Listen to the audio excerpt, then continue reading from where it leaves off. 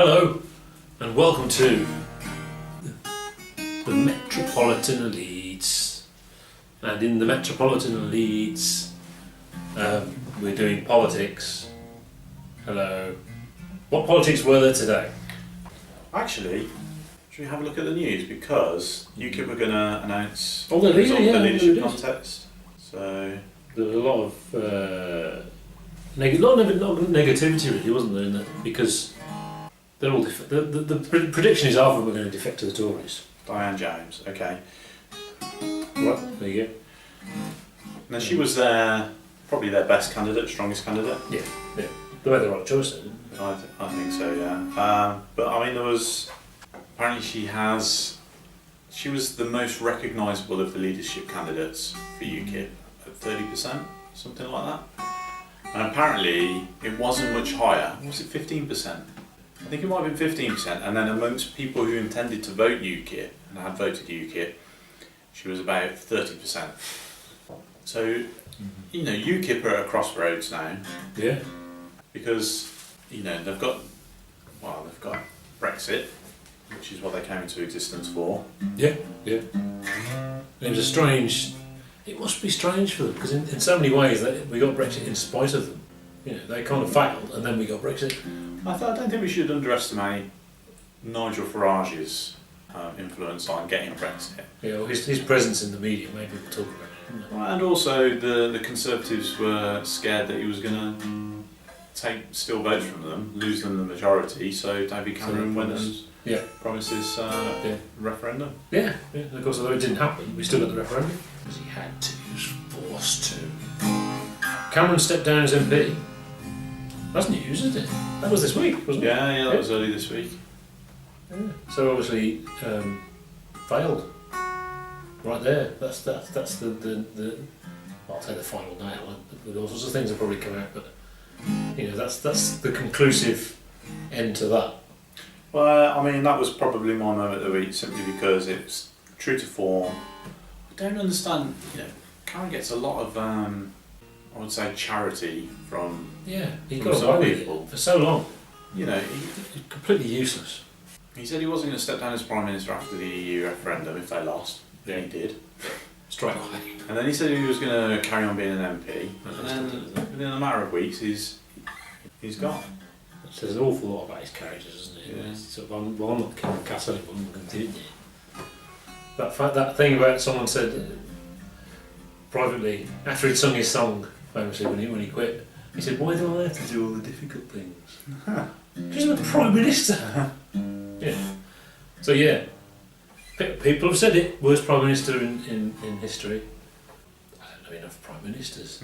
I don't go back far enough, you know, but maybe. Well, on the back of that, we had Libya. He got a lot of flack over Libya this week, which has been a long time coming.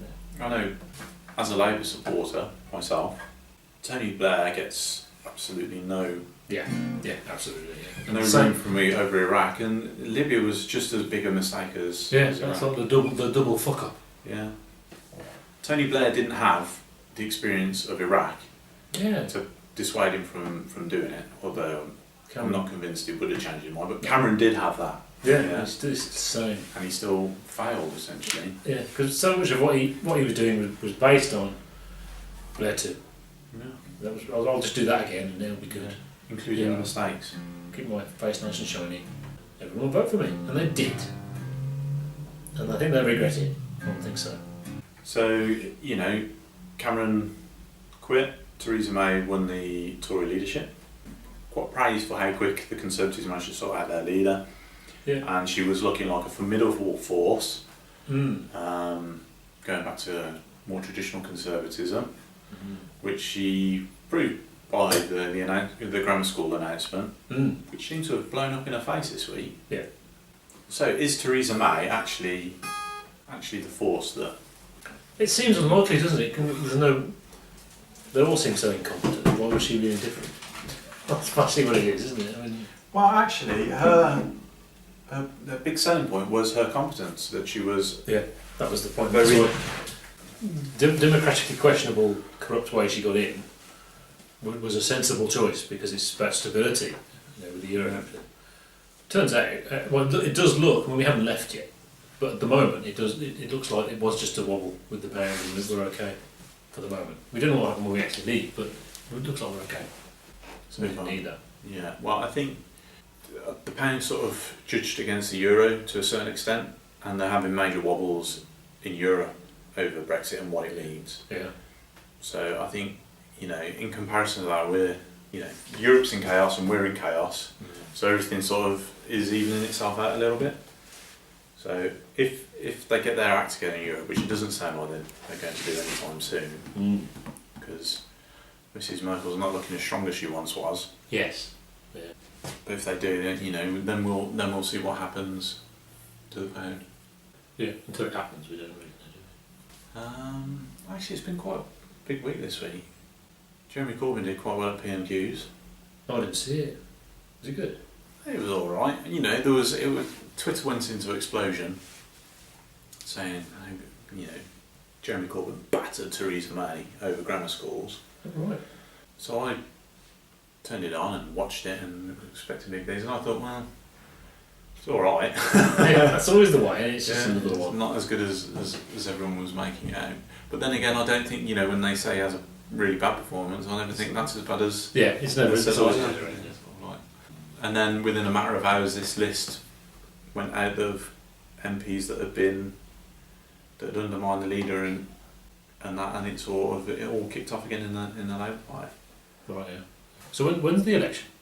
The leadership election. Well, voting started. Voting's been going for a few weeks now. I think there's a week left. Week left, good. Right. Yeah, I think it's announced. Is it the 27th? Something like that. It was. I'm sure it was end of September. Yeah. 26th, wasn't it? I mean, it did occur to me. Now, obviously, everyone's saying, well, the chances of Corbyn not winning is so slim. But actually, if it's if they're that desperate, they can fix it, can't they?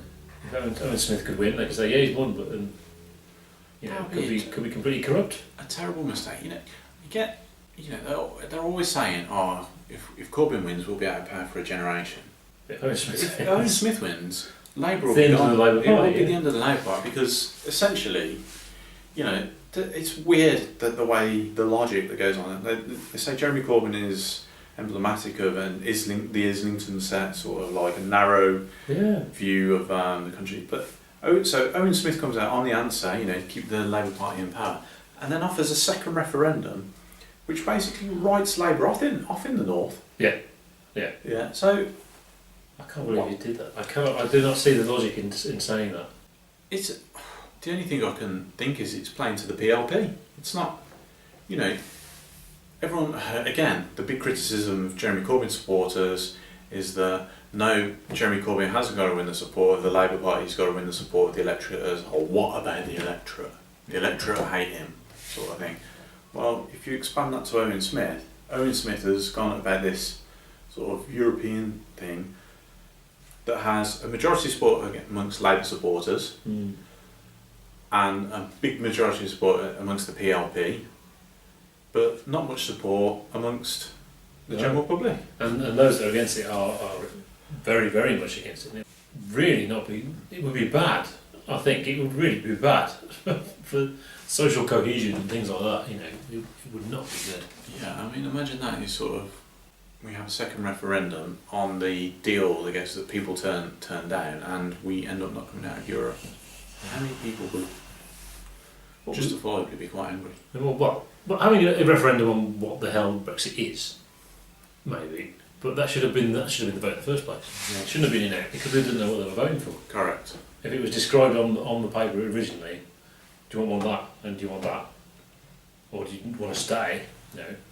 Which brings us full circle to David Cameron again. Yeah. He offered this stupid bloody referendum, which wasn't a subject suitable to go into a referendum. Yeah. To bail himself out against UKIP because he thought he was going to lose the election. Yeah. So David Cameron's short-term policies / tactics have come a cropper the whole country. Right, so yes, thank you very much. See you next time for more Metropolitan Elites. See you soon.